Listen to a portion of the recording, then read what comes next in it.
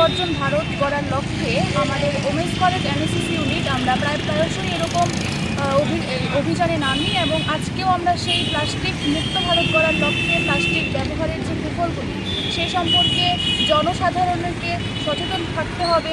তার জন্য আমাদের প্লাস্টিক ব্যবহারের যার ফলে আমরা বিভিন্ন রোগে ভুগছি, তার জন্য আমরা যেন সুন্দরভাবে সুন্দর পরিবেশ আমাদের আগামী প্রজন্মকে উপহার হিসেবে দিতে পারি, তার জন্য আজকের আমাদের অভিযান।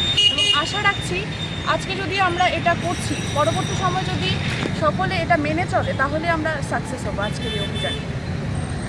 প্লাস্টিক মুক্ত ত্রিপুরা করার লক্ষ্যে আমাদের মাননীয় মুখ্যমন্ত্রী যে আহ্বান রেখেছেন, সেই আহ্বানে সাড়া দিয়ে আমরা উইমেন্স কলেজ এনএসএস ইউনিট আজকে সমাজের সর্বস্তরের মানুষের কাছে এই সচেতনতা বার্তা পৌঁছে দিতে চাই যে ওয়ান টাইম প্লাস্টিক আমরা বর্জন করব এবং এই পৃথিবীকে একটা সুন্দর পৃথিবী আগামী প্রজন্মের কাছে উপহার দেব।